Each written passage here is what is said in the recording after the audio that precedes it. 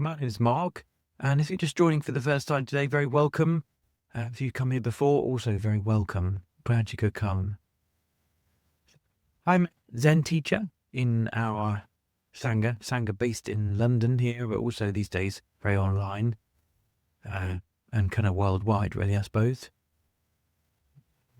Teaching Zen for about, it's coming up to 10 years now, something like that. Been practicing Zen for a lot longer. So Zen is a school of Buddhism. It comes from Japan.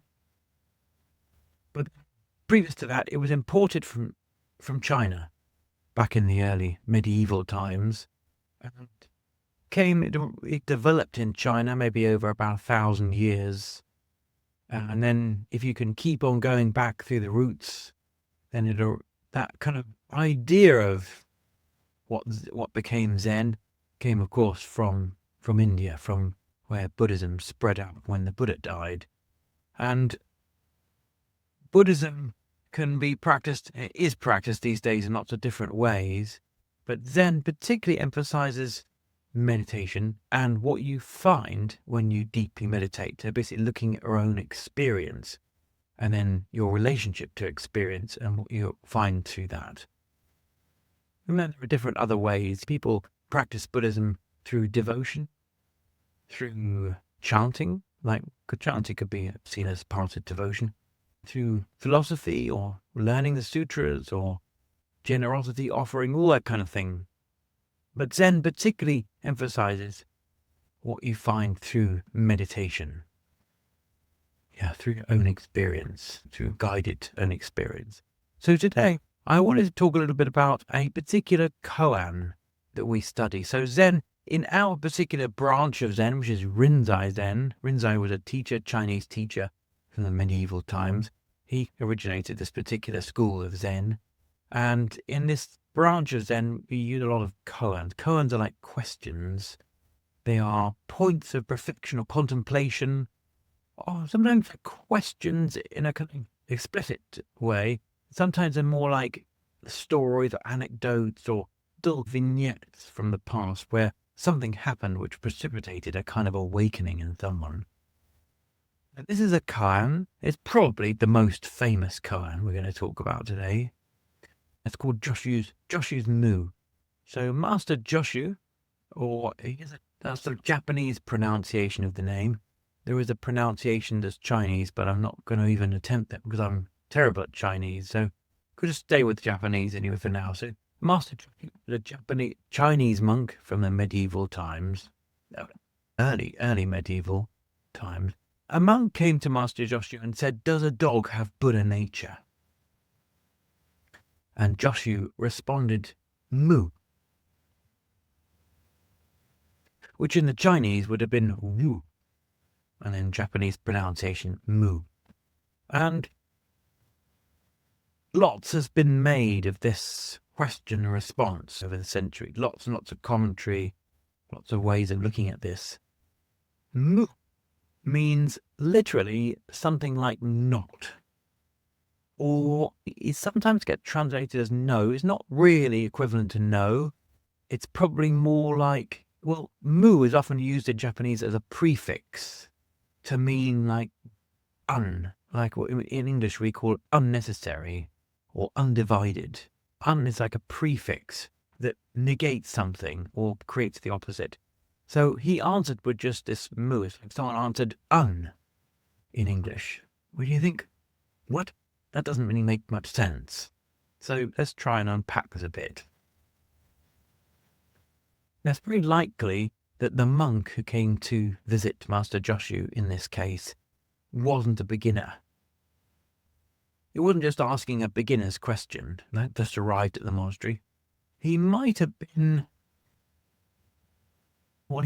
testing. There's a kind of tradition when monks arrive at the monastery, they want to test out the teacher. Is this teacher going to be any good? Or which of the teachers is going to really work for me? So there's been some questions which have arisen over the centuries, kind of like traditional testing questions. Does a dog have Buddha nature? It's like maybe the monk wants to see whether the master, or this renowned master, Joshu was renowned at that time. He was to see whether he would simply parrot doctrine, give some kind of original answer, give a teaching. So the doctrinal answer, the kind of like understood Buddhist view of things, at the time and previous to that and up to this day, is that all things have Buddha nature. All things at their fundamental level they are Buddha nature. That comes from the Nirvana Sutra, one of the original, the oldest teachings. So when the monk asked, does a dog have Buddha nature, he was probably expecting, yes. Oh, didn't you know, have you not read? All things exhibit Buddha nature. So maybe we can explore on another time what is Buddha nature. Probably a whole nother talk in itself. Suffice it to say for us today is basically like the nature of awakening, or you could say like the nature of being one with the universe, of being fluid and dynamic part interconnected with the universe.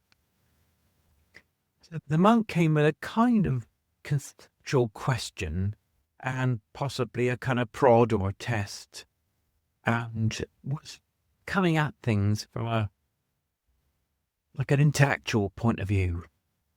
And Joshu, being the renowned, inspirational, real, like, master that he was, he saw at a mile. This monk was coming from a conceptual viewpoint and used Mu, his answer, Mu, as a kind of unexpected answer to cut through this conceptual thinking. And this is really what a koan is for. This is a koan at its heart, what it's for. It's like a sword that cuts through this kind of conceptual thinking, the intellectual thinking. Cuts through that to find something much more real. So the idea of a dog having or not having Buddha nature is in the world of opposites. It's a discrimination. And it's really a false discrimination. So, yes or no, or having or not having, it's mistaken from the beginning. And so, Master Joshu answers, it's not a no, it's not a yes, it's not a maybe, it's not a quote from the scripture. It's just, no, unexpected. The monk did not expect an answer. So Mu is like slicing through this duality of yes or no, or having, not having. Is even the dog separate from Buddha nature? Does the dog have or have not? It's all based in conceptual thinking. It's like saying, am I consciousness? Am I a human? Is this reality? All these questions come from a conceptual, intellectual point of view, where there's a yes or a no, and someone's maybe looking for reassurance around yes or no. Maybe the monk was also looking for reassurance that he got the right viewpoint. Maybe he was trying to work out, am I right? Is this right? So Joshu didn't give a philosophical answer. He didn't give the doctrinal answer. He was giving a much more lived response, like a direct, immediate, beyond thought, beyond thinking response. Boom, straight in there. His Mu is an expression of the truth. It comes from a place which is behind, or maybe beyond, yes or no. Yeah, this duality, this dual thinking, is coming from a place of what we call non-dual, or beyond the duality. So, the problem with language I think probably all languages, like it's not just English, all language is based in, we have to describe things. Language is useless if it doesn't help us to describe things and point at things and help us to focus on the city. If I'm focusing on something and I want you to focus on it too, I have to be able to point at it and describe it using language. So that inherently involves a sense of me and other. That what I'm looking at, what I'm talking about, what I'm hearing. There's me and there's the verb, the action, and there's the other.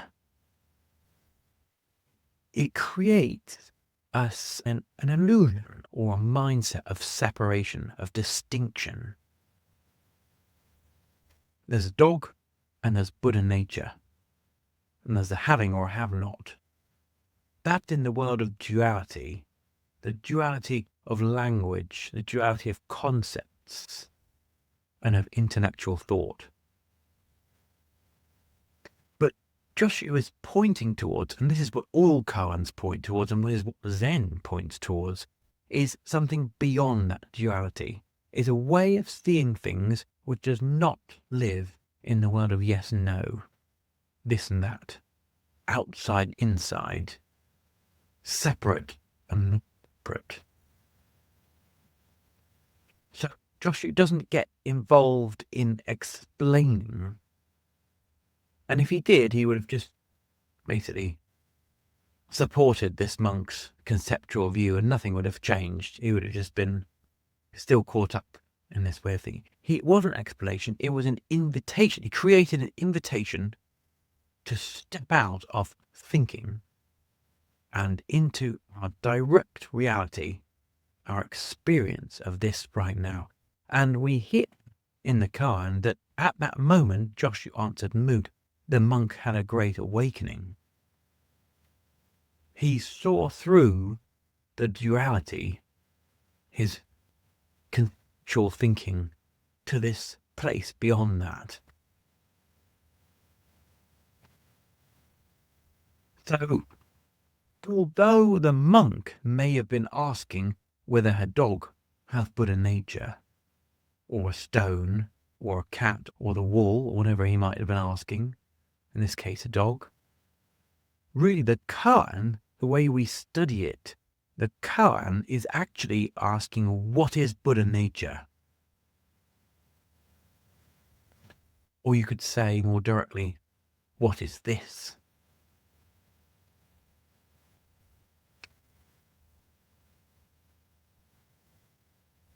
What is this? What is this life? It's hearing my words right now. Who are you? Buddha nature that I might have. If a dog has it and a stone has it and a wall has it and the Buddha had it, then I have it. It is present in all of nature. I have Buddha nature. What is this Buddha nature? And Joshu, by answering Mu, points directly at that. Not a theory, but the lived direct reality of that. Now, some centuries later, probably about 1,000 years, Joshu lived around 900 AD in China. And then, well, not quite 1,000 years later, maybe 800 years later, so came along Zen master Hakuin. He was a Japanese Zen master. At that point, Zen had been in Japan for centuries. And he was a real revolutionary. Hakuin came along and revamped the whole koan system, which had been in place for some time and had developed, and he just shook things up a little bit.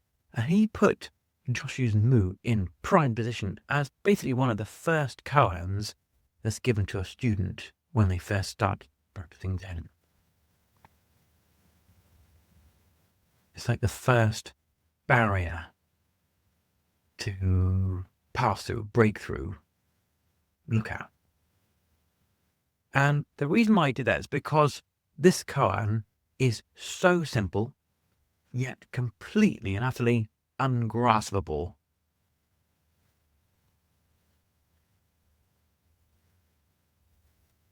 And over the centuries, countless people have realized their truth through this koan. Countless people, many examples, have written accounts, people practicing with mu, and then suddenly something shifts. When you work with this mu, it's gonna frustrate our thinking mind. And that's really what it's for, right? It's the cutting through. Because we're in this familiar place, thinking our way through life, of concepts and ideas of discrimination. You met with mu and you think, what the hell is this crazy foreign word? It's in Japanese. Why would I want to look at that? What the hell is this ridiculous word that sounds like a cow? Mooing. I thought the last time I said moo, I was 5 years old.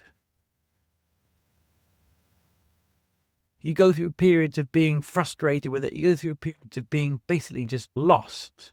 It feels blank, empty. It's all good. It's all good. It's all part of it. It's the space really that opened up when we explore mu on this idea of what is mu.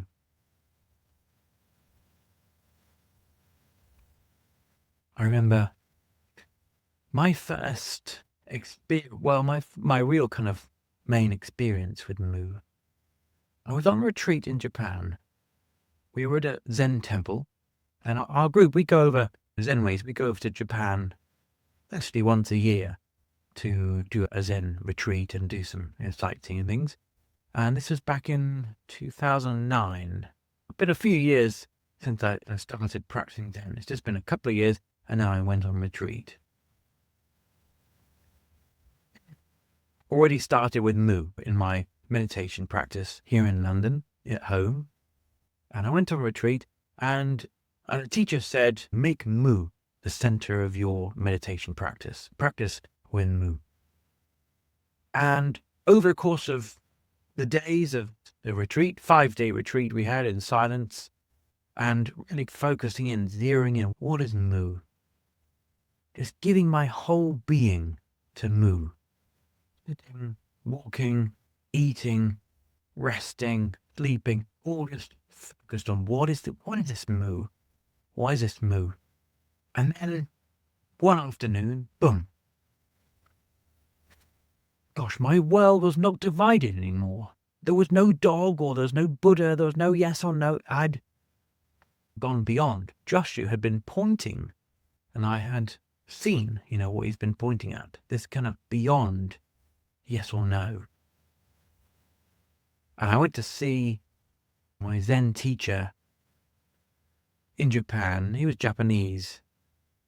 And I remember him saying, you are Zen man. No longer human. You are Zen man. I remember that. And it took me ages to work out what that meant and what had happened. That kind of step into a new world.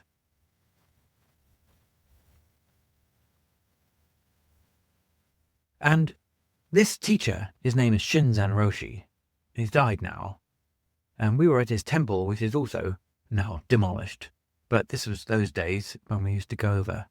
This is an account, someone else who went to visit Shinzan Roshi and was living in a temple and was practicing with mu. And he was writing this account of working with mu.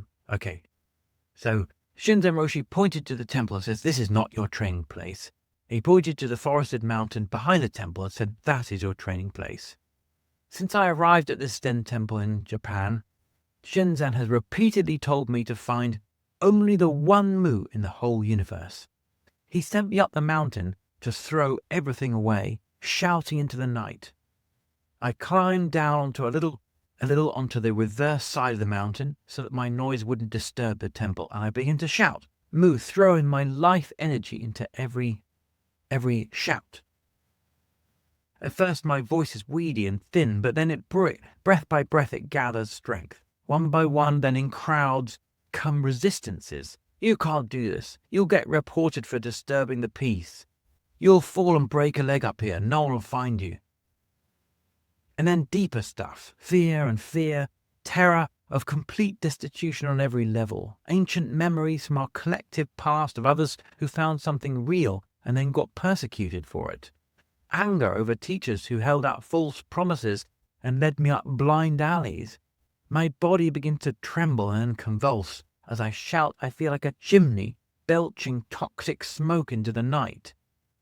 As the smoke releases breath by breath, I feel my voice open and deepen. I suck in huge lungfuls of night and catapult it back. The process builds its own momentum, taking on a whole new realm of urgency.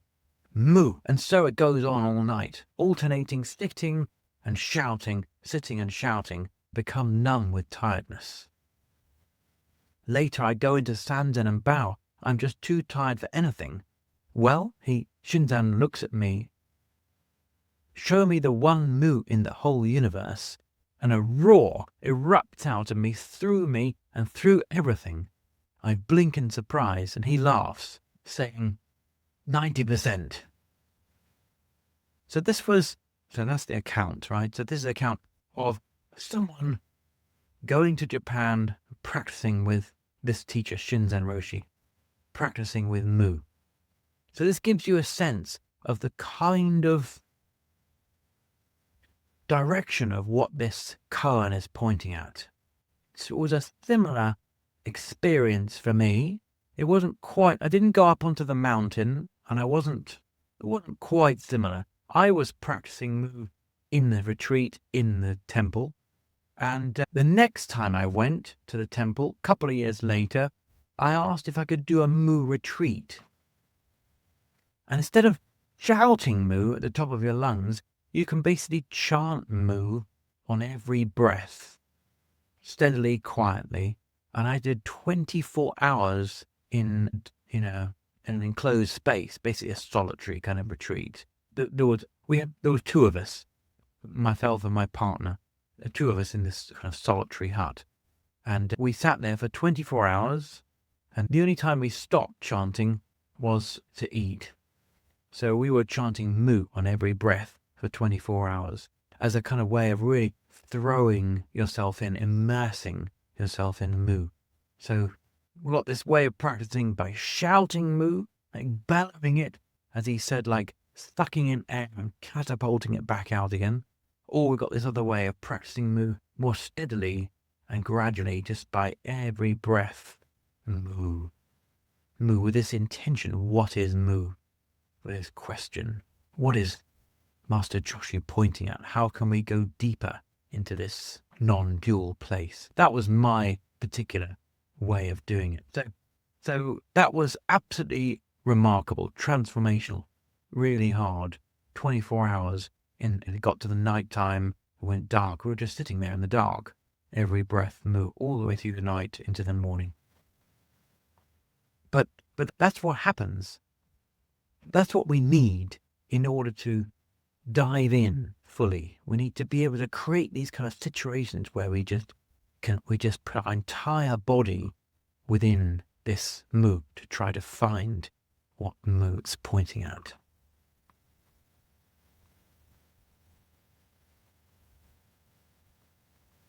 I felt like, because it's quite an energetic practice, chanting Mu like this, and it really got things going. So we can ask the question on an intellectual level, right? And the monk came from that point of view. What is Buddha nature? Does a dog have Buddha nature? What is this Mu? We can ask the question from a kind of more felt sense, from the core of your being, right into the middle of your belly. We can ask, what is this Mu? And allowing things to arise. We can also explore on an energetic level, and awakening can take place on all those three different levels or aspects of our being. So this had an intensely energetic dimension to it, being in that shed for 24 hours, where the understanding came not from some kind of realization or thought. It came from a feeling, like an energy within myself of alignment, an energy of alignment of within the universe, right? So suddenly, like something courses through your body, which is like arising from without, not within me, not within, it's like blending. Yeah, good questions. Yeah, so after experience of immersing, how do you experience duality now? Well, I definitely, I don't think the point is to not, I don't think the point is to stop experiencing duality. I think, as far as I understand, if you could live your life entirely in the non-dual perspective, where you're just one, everything is one, you're right now, there is no separation, you basically couldn't really function in life. You couldn't make a decision.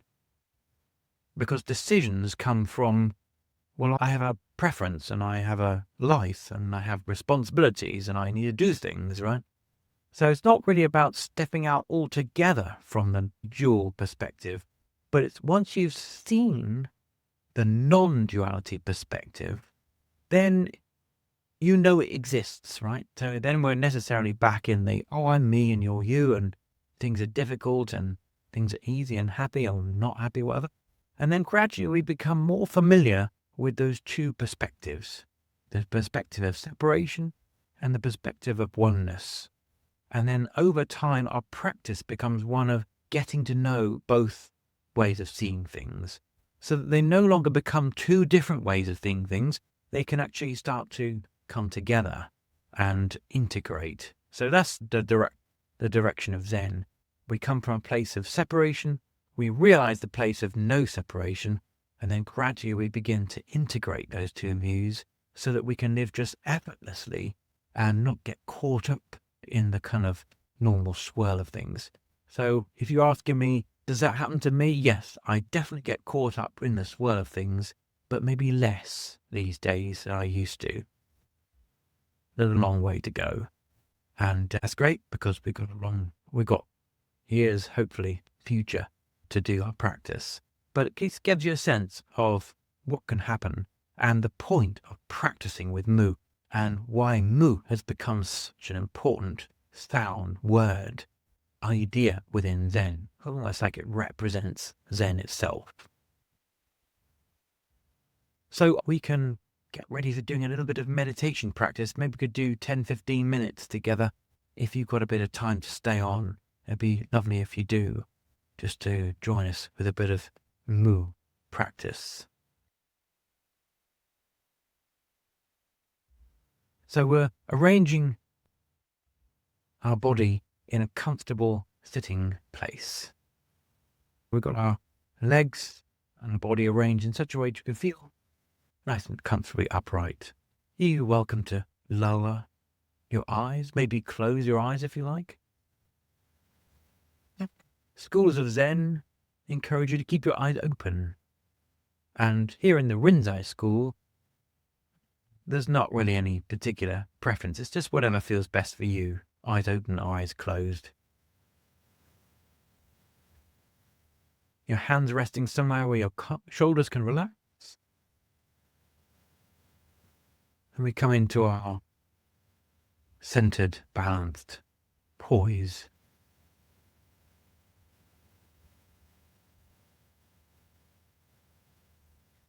Turning your attention within.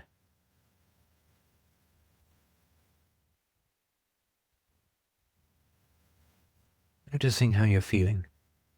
Noticing what's going on.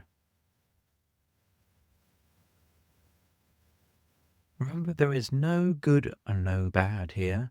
There's no better or worse. It's just noticing.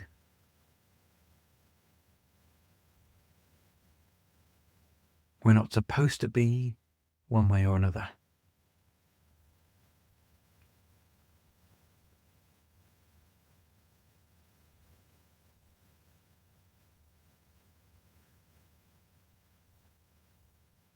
Bringing your attention down into your belly. And in Japanese, they talk about a particular energy spot, energy center, in the middle of your belly called tanden. In Chinese, if you've done any Tai Chi or anything, you might recognize it as dantian. In Japanese, tanden. There's an energy center in the middle of your belly. Just below your belly button, in the middle.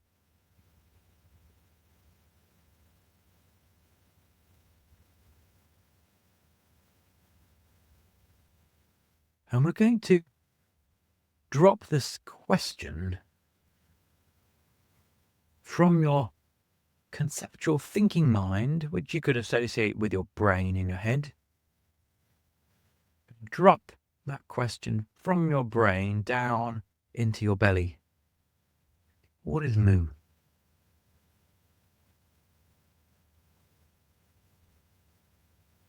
We don't need to worry about the question that the monk asked, does a dog have Buddha nature? We don't need to ask that question. We just need to bring mu into your belly.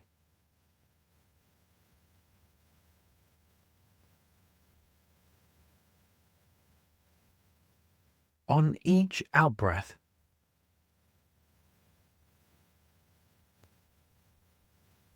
you can just internally say mu into your belly. Mu. What is this mu? Each out-breath. Mu.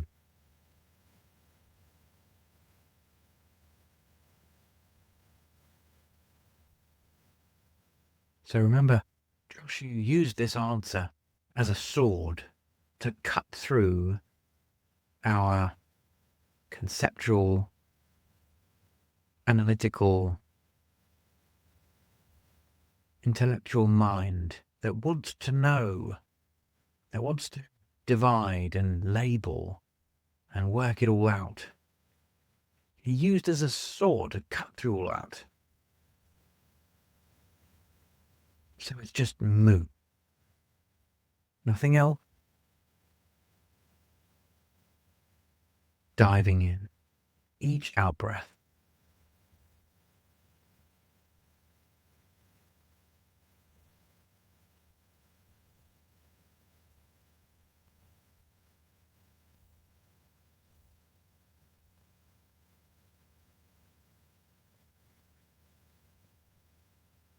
And as I said, the mind comes up with all sorts of weird things. What is this crazy question? What the hell am I doing? Why am I looking at this foreign word? It sounds ridiculous, like I'm a cow. If it helps, in Japanese they smell it mu. So it's not M-O-O, M-U. Mu.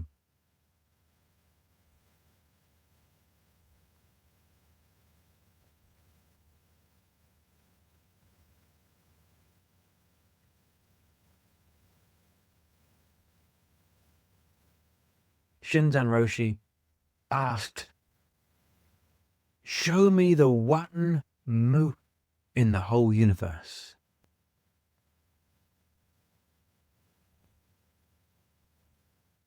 Show me your true nature.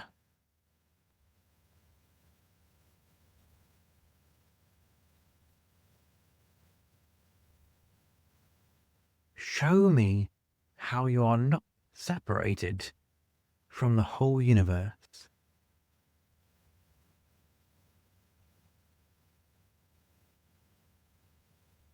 That's our direction.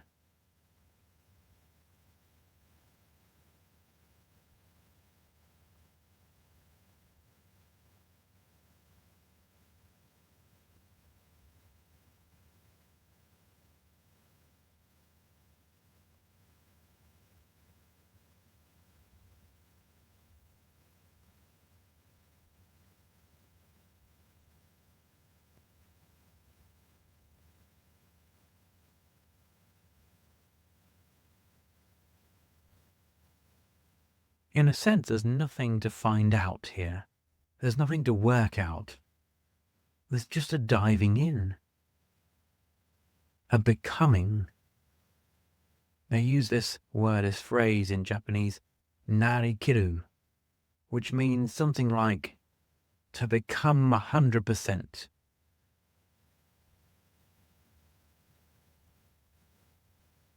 Can we become 100%?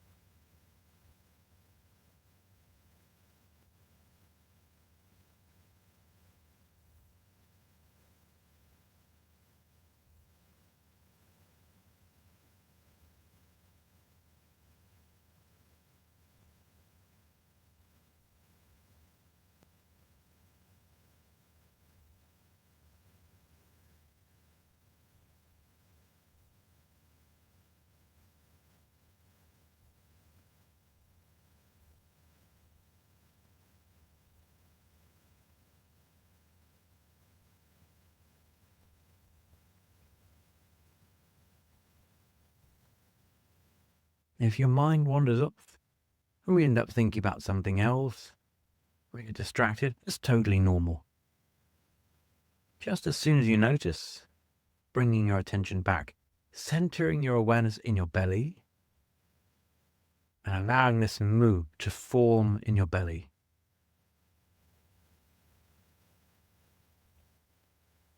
Stepping into the shoes of Master Joshu when he answered mu.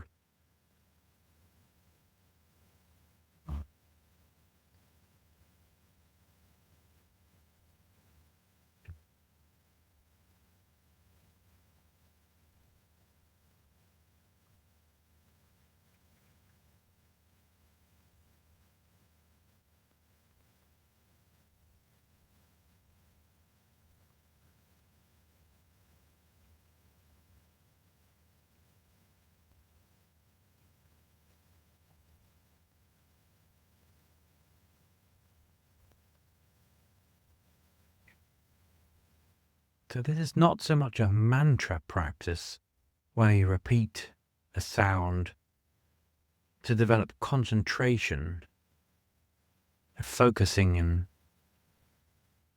an investigation. It's a broadening out, not a narrowing in. It's a broadening out. What is this mu? How can I? It feels like I am saying the sound mu. What it would be like if there was just mu, when you and the sound come together.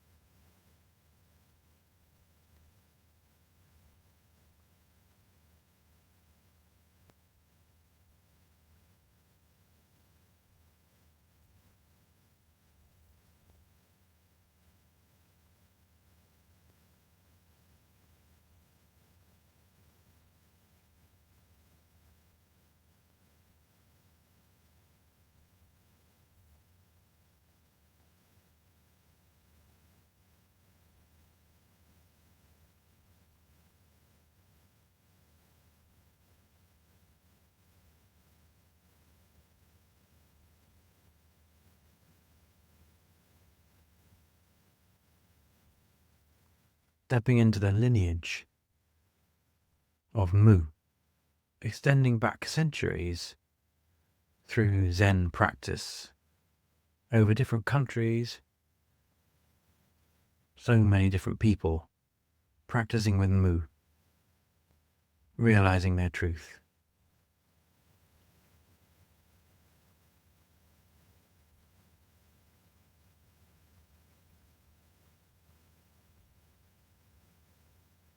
And as we come to the end of this practice period together, just starting to sway your body a bit from side to side. Maybe take a deeper breath if you like. Letting your eyes lift just when you're ready.